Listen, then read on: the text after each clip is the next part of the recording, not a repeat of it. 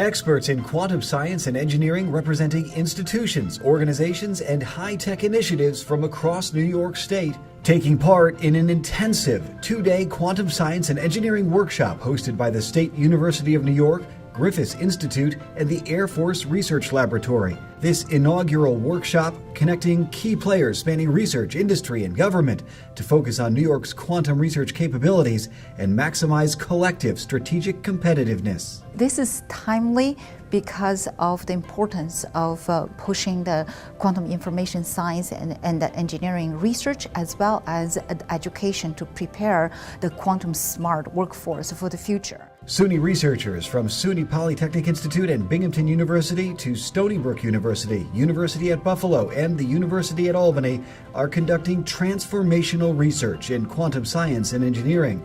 This engagement, a way to harness current capabilities and expertise to maximize everyone's potential. There are some very, very exciting opportunities to connect topics that normally are not viewed as connected. And that, I think, just as putting science first, as someone said, is a very powerful thing. And the second issue is, which we were just talking about, or many people have talked about, is do we have a trained workforce?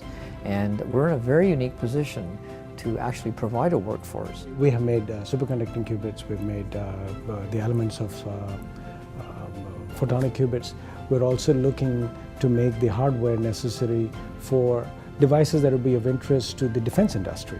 You know, the position, navigation, timing that would need photonic integrated circuits that are interfaced to trapped ions. So all of these hardware capabilities can be enabled by SUNY Poly, and that's what has me all excited, because we're sitting on a national asset. And this is something that for me is very interesting, bridging the gap between what you do in the laboratory and what people need outside. Right? This is exactly what quantum technology is, and I think this is where the impact is.